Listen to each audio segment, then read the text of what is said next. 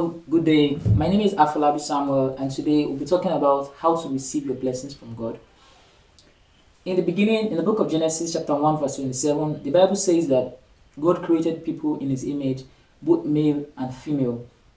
And in Genesis 2, verse 7, it says that God formed man from the dust and breathed in life into him.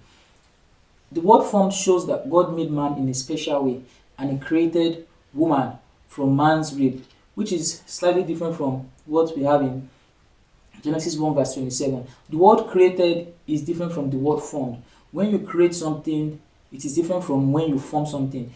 Something being formed is out of creation. You form something out of what has already been created.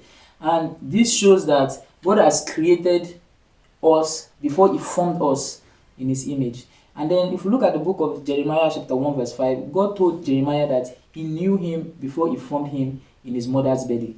This shows that before we were born, God already had a plan for us, and then he works with our spirit.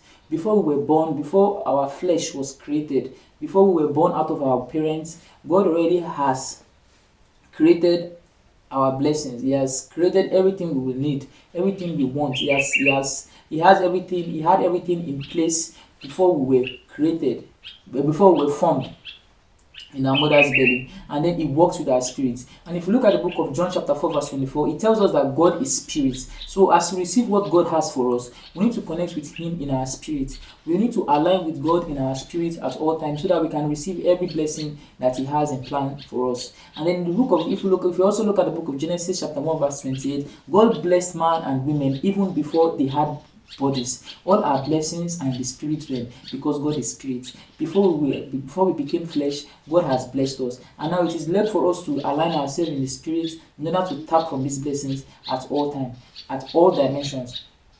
And then if we to address this topic, we can also look at the life of Jacob as a very perfect example. He got his brother's blessing, but he didn't feel blessed until he started living by faith. How do we live by faith? That is the question. How do we live by faith? That's the question. How do we live by faith as Christians in order to receive the blessings of God? This is a topic I would like us to discuss on our next video. Thank you so much for watching.